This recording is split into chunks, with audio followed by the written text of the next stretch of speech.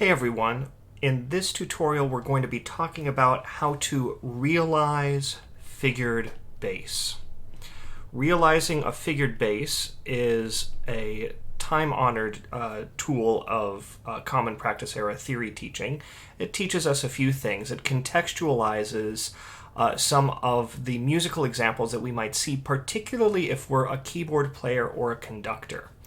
And it also helps us with our Roman numeral analysis, and it helps us with our voice leading, all of which will help us contextualize the music more and give us a greater sense of how harmonies flow together and how voice leading interacts with those harmonies.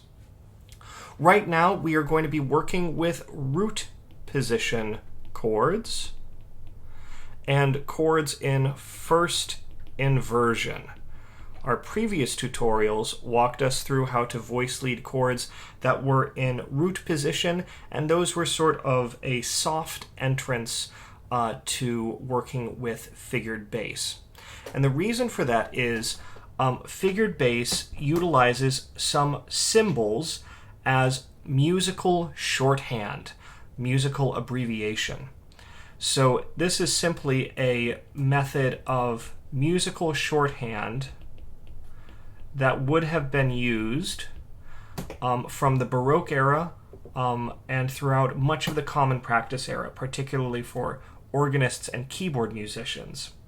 The figured bass was used by the Basso Continuo section. The Basso Continuo section typically consisting of a keyboard or other chordal instrument like a lute, guitar, or organ. Harpsichord, those are instruments that could be used for that. And then usually a sustaining bass instrument, for instance, a cello, a bass viol, a bassoon, something like that. And it allowed for basically a rhythm section, a section that drove the harmony and the bass line. And it has a sort of corollary to what rhythm sections in contemporary music use, which is they use chord symbols. In contemporary chord symbols look something like this. They might have a melody over which you might have chords with the root of the chord, and then if there is a seventh or other chord members to add on top.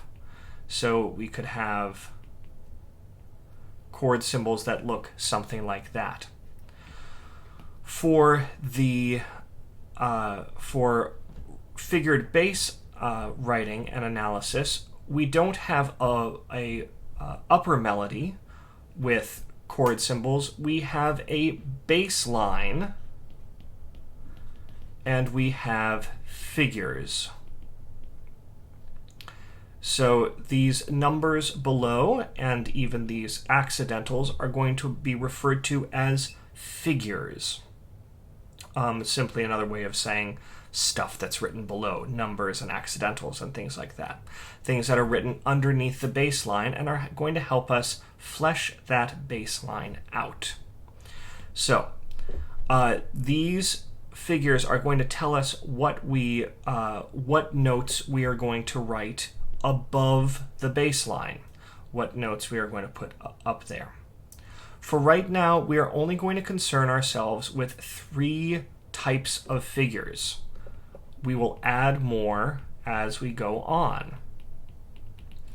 And those types of figures are as follows. We will have a blank figure, one where there isn't anything. So that actually is something that we have to think about in figured bass. Technically, it's not a figure, but it's something that we should be aware of.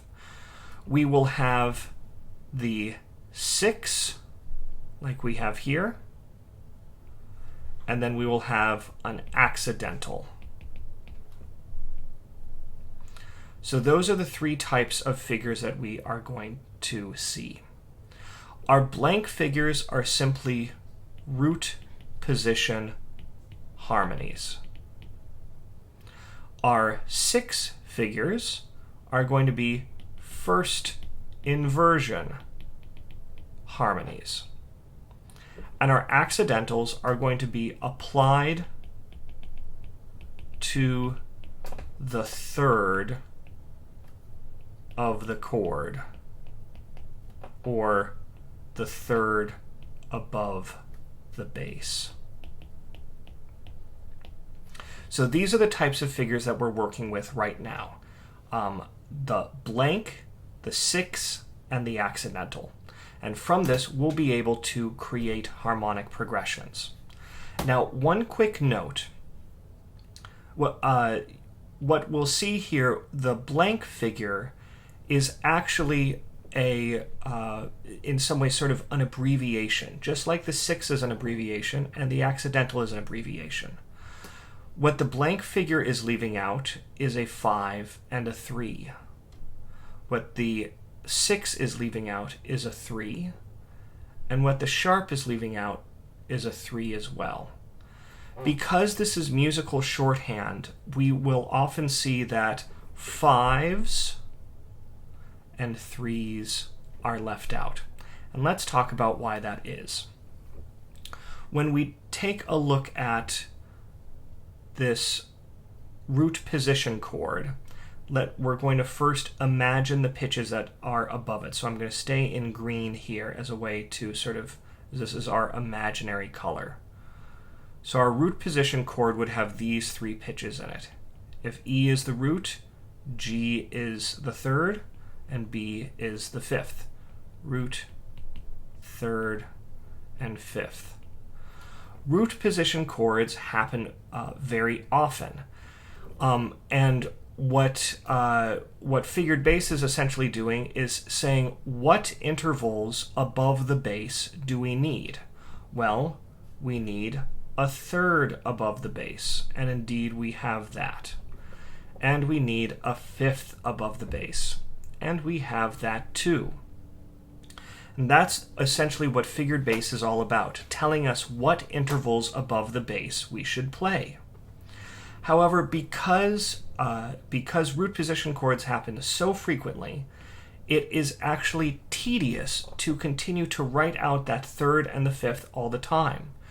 So in the figures, so that third and 5th are usually omitted, and instead we have this blank figure, nothing there at all for our root position chords. So our root position chords are going to be blank. The 5 and 3 figures are implied.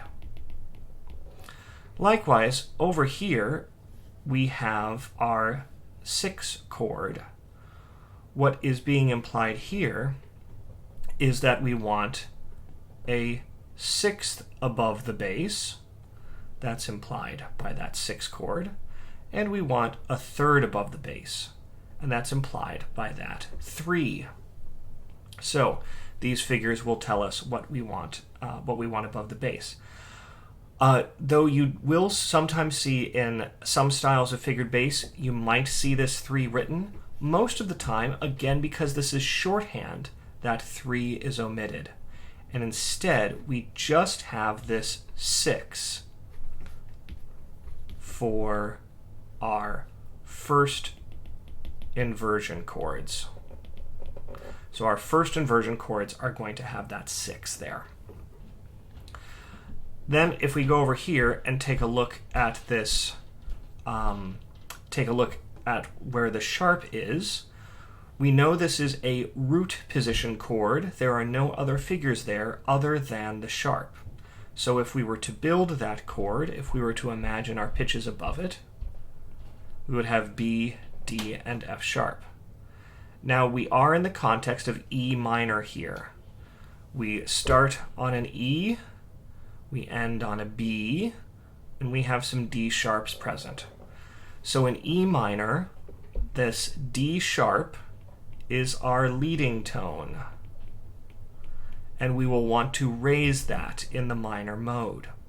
So here, the third of this chord is the D, and this sharp will apply to that third of the chord. This is the way of noting, okay, we want to have a D sharp here. So this third is implied 99% of the time when you're realizing figured bass. If you see an accidental and there's nothing next to it, it's referring to that third, which is implied. So the sharp should be applied to the third above the bass. So that's the explanation behind these different figures, the blank figure, the sixth, and the accidental. I'm going to erase these notes for now because we're going to attempt some analysis. So we will be taking this progression and creating an analysis.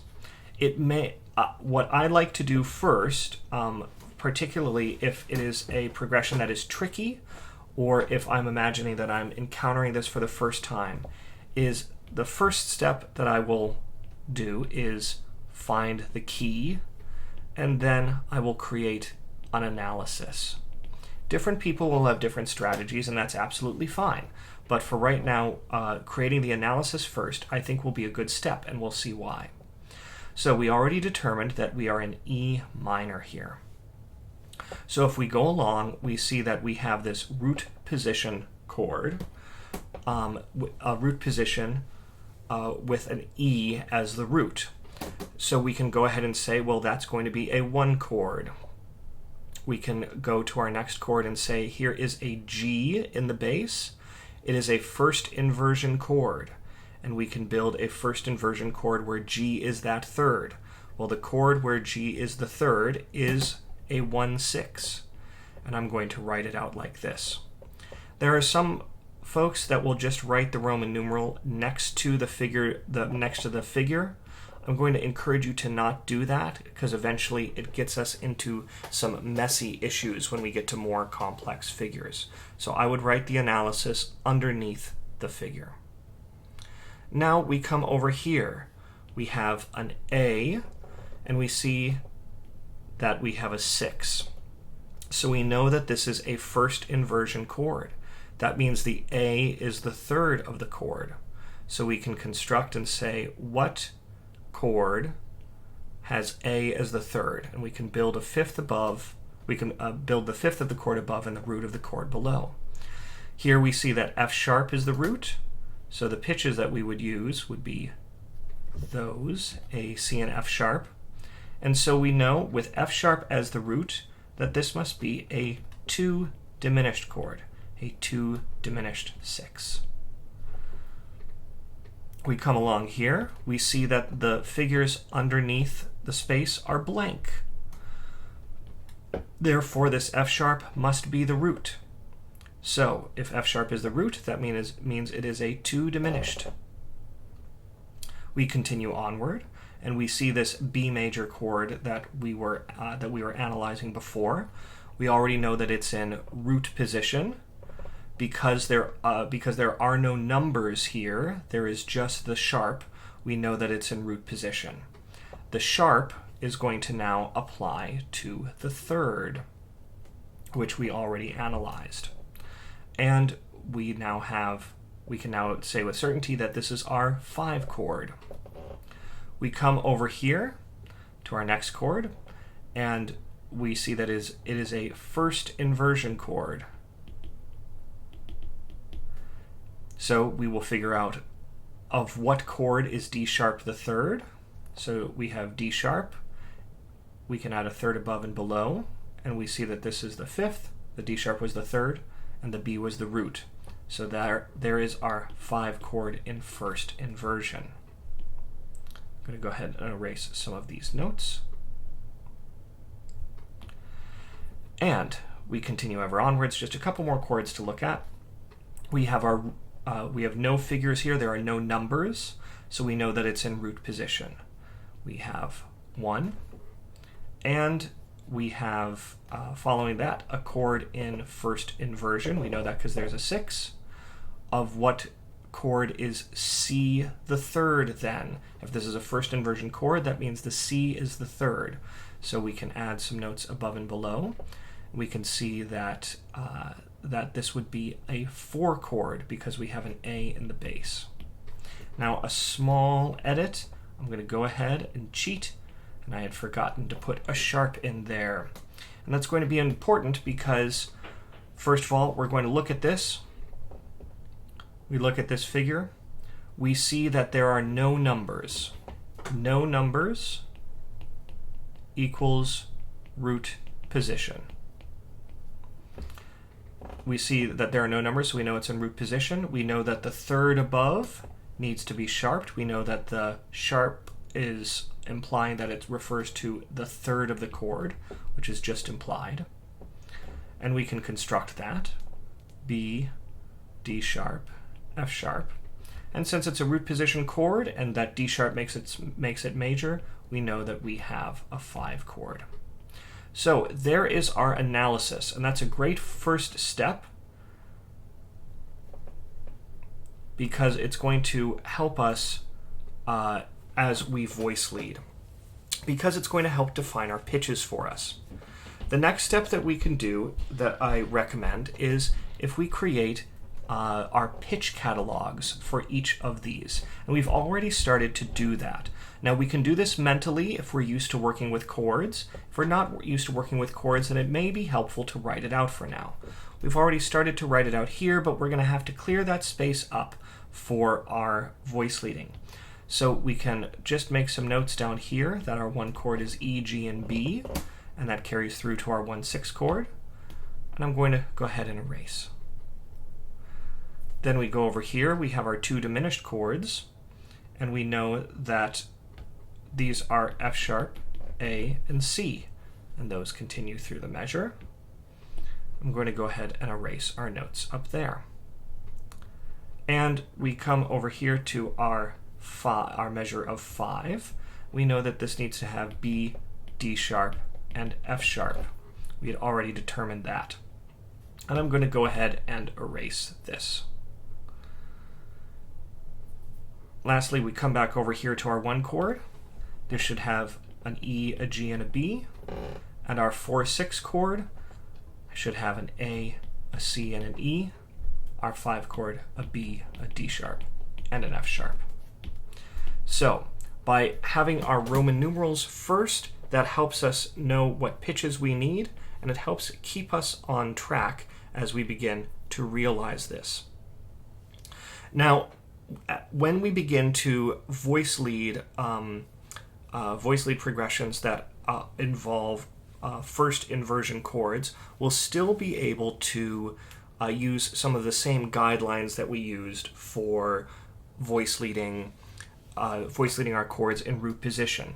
We have some added flexibility though because the bass is not as stodgy. It doesn't have to be always in root position, and we'll see some of that flexibility come up. So the next thing that we're going to do is voice lead.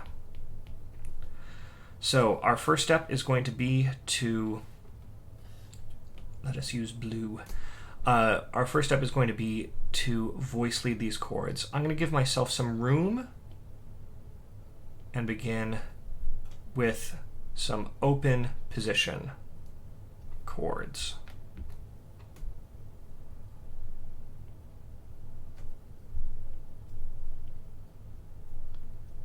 I just want to make sure that I can be flexible. So, when we change inversions of a chord, so here we are going from a root position chord to a first inversion chord. When we change positions of that chord, we still have to keep in mind that we like to have the root doubled. So here we now have the third in the bass. So a useful thing to do is to look for where is the third in the previous chord, because we want to avoid doubling that third in most circumstances. So in this case, what we can do is have where the third of the chord once was, we can have that become the root. And that's because we had the root here. So we've effectively had these chord members switch places. And we can keep everything else the same. We move everything else smoothly. So This is a special type of motion that's known as voice exchange.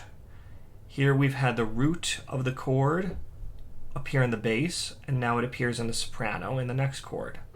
In our first chord, we had the third of the chord appear in the soprano, and now it appears in the bass.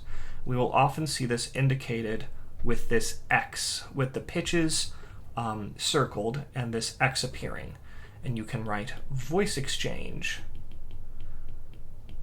to note that that happens. That's a very common method of voice leading when we change inversions, and it's a way that we can sort of link harmonies or even passages together. Sometimes entire passages of music will occur where where there may be material that appears between the root position chord and the first inversion chord, and this becomes a way to link that passage together. Here's what that sounds like. Here's E minor.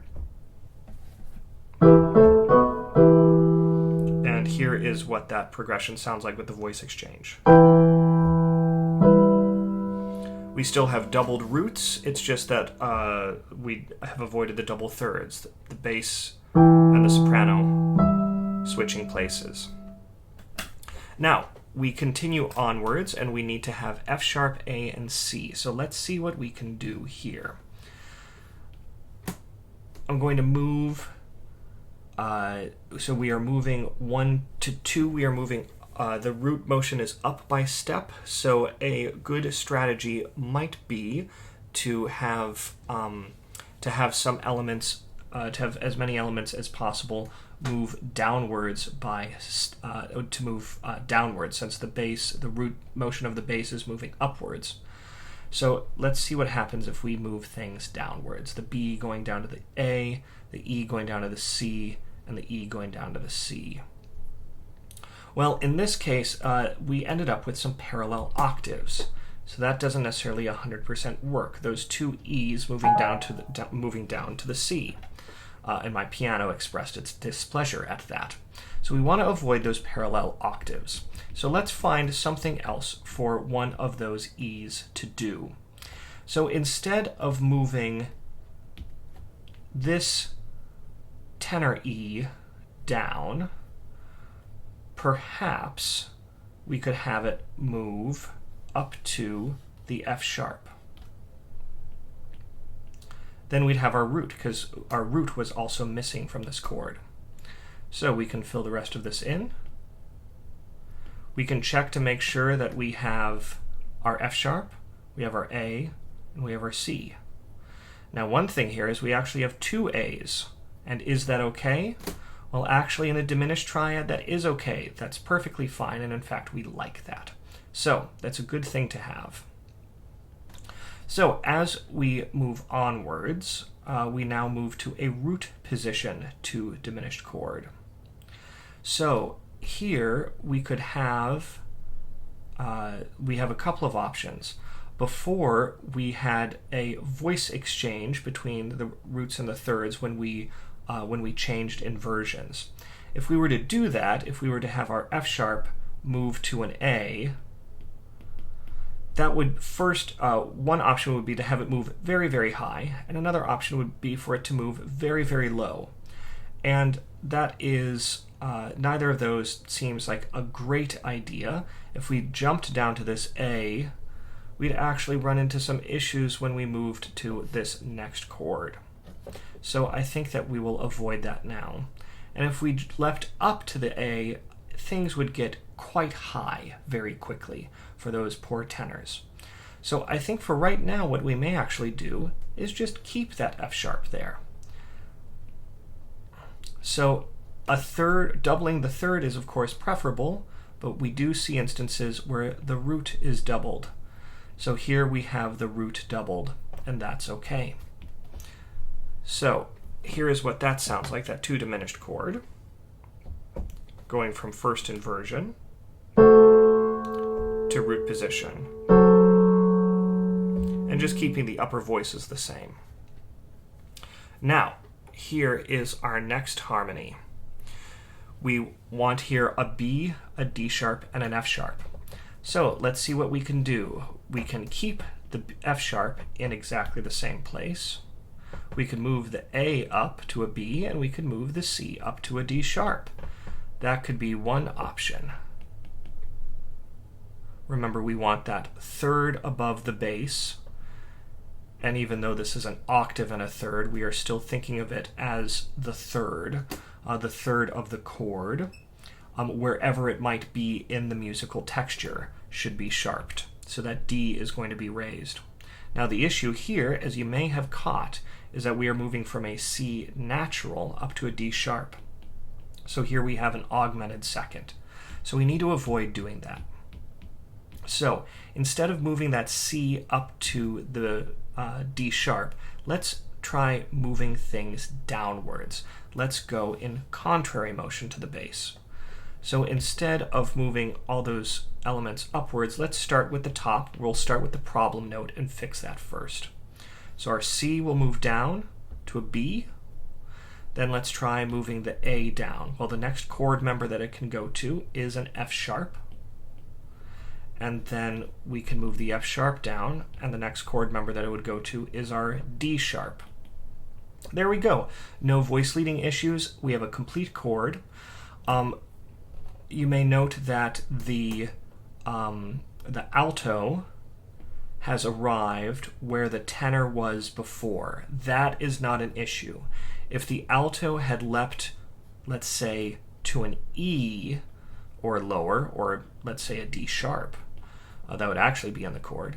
That would definitely be an issue because it would be leaping below where the tenor was before. But if it just leaps to the same note where the tenor was before, that's not a problem. All right, now we are going ever onwards. So we are now leaping down in the bass to a D sharp.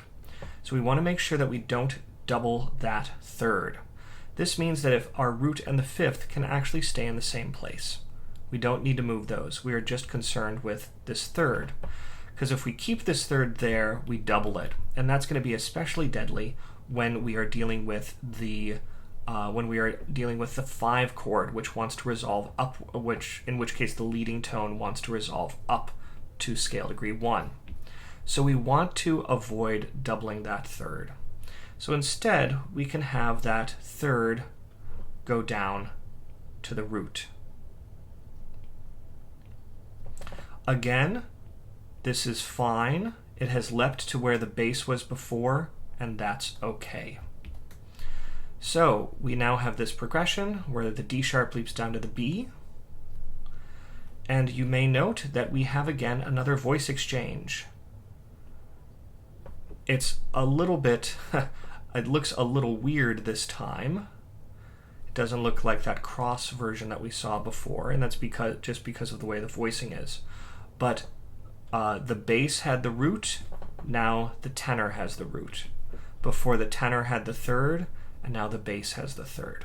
We don't have to write those in, we just have to show the circles and that cross, and we can write voice exchange there. Again, a very common technique in voice leading in this style. And we continue on. Let's try to be as efficient as possible in this next resolution. Let's see if we can keep as much material where it is. So we could have the B remain the same, and this B remain the same. Our F sharp could resolve up to the G. We do have a doubled fifth here. That's okay. That's sort of our second option. Our first option is to double the root, but this will be just fine for now. Now we go onwards to our 4/6 chord. So let's see what we can do here. Our B could move up to the C here, but that would likely be problematic. Why would that be problematic? Well, we have here, we would have then a doubled third. We'd have the third in the soprano and the third in the bass. And as we saw, that leads us to some voice leading issues. So let's see if we can do something different. Let's have that B go down to the A. Well, let's see if we can now have the let's see if we can double that root. The easiest way to double that root is to bring the G up to the A. So we'll have the alto and the soprano doubling that A there. Now again, for this tenor voice, it may be tempting to bring it up to the C here, but again, we'd have that doubled third. So we're actually going to leap around a little bit. We could leap here up to the E. If we had doubled the root in this chord, we'd already be on the E, but because I chose, perhaps wrongly, who knows, to double that fifth, certainly would be within the style. It just means that we would delay the leap until later, and that's absolutely fine. So here we have our root that's doubled, we have our third and a fifth, and this can even be a good way to double check what is doubled in your chord. If you are using a sort of pitch catalog, just put a check mark underneath for each chord member that you have. Here we had the A doubled, and then one C and one E. And this helps you to visually keep track of what is present, and if you have voice-led everything. Lastly, we are moving to our 5 chord. We need a B, a D sharp, and an F sharp. Let's see what we can do here. Well, let's try to move smoothly, and let's double that bass voice. So we move here. We could double that bass voice in the soprano by moving upwards. Now let's see what else we can do. What's the smoothest thing that we could do next? Well, let's move that alto down to the F sharp, and let's move the tenor down to the D. Now remember, we have this sharp here, and that replies to the third above the chord, the third above the bass. So that's going to be a D in this case. We want that D to be raised, and there we are. So there's our progression. We've voice-led everything, and we've managed to avoid any parallel issues, just erasing a couple arrows, so that all that's left there are our arrows for the voice exchanges. And here's what our progression sounds like.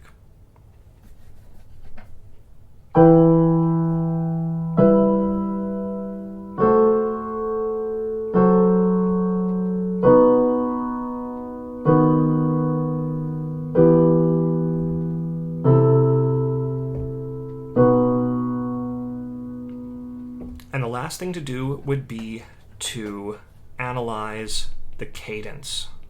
What sort of cadence is created by this progression?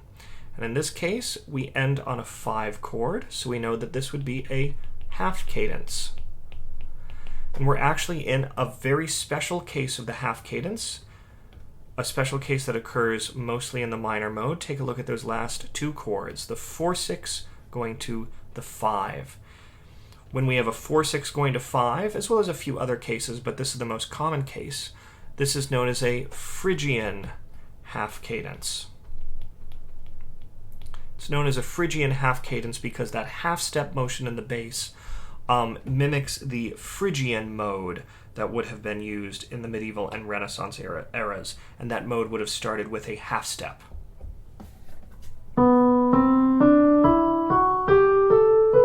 Starting with that half step B to C. So that motion mimics the type of cadence that would have been heard at the end of a piece in Phrygian. So it's a sort of Phrygian inflection, but it has the tonal feeling of a half cadence when we go from 4-6 to 5.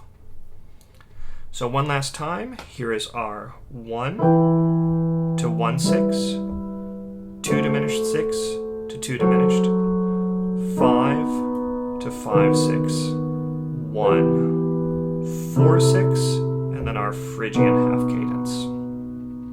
Good work, everyone. Now you know how to voice lead some root position and first inversion chords.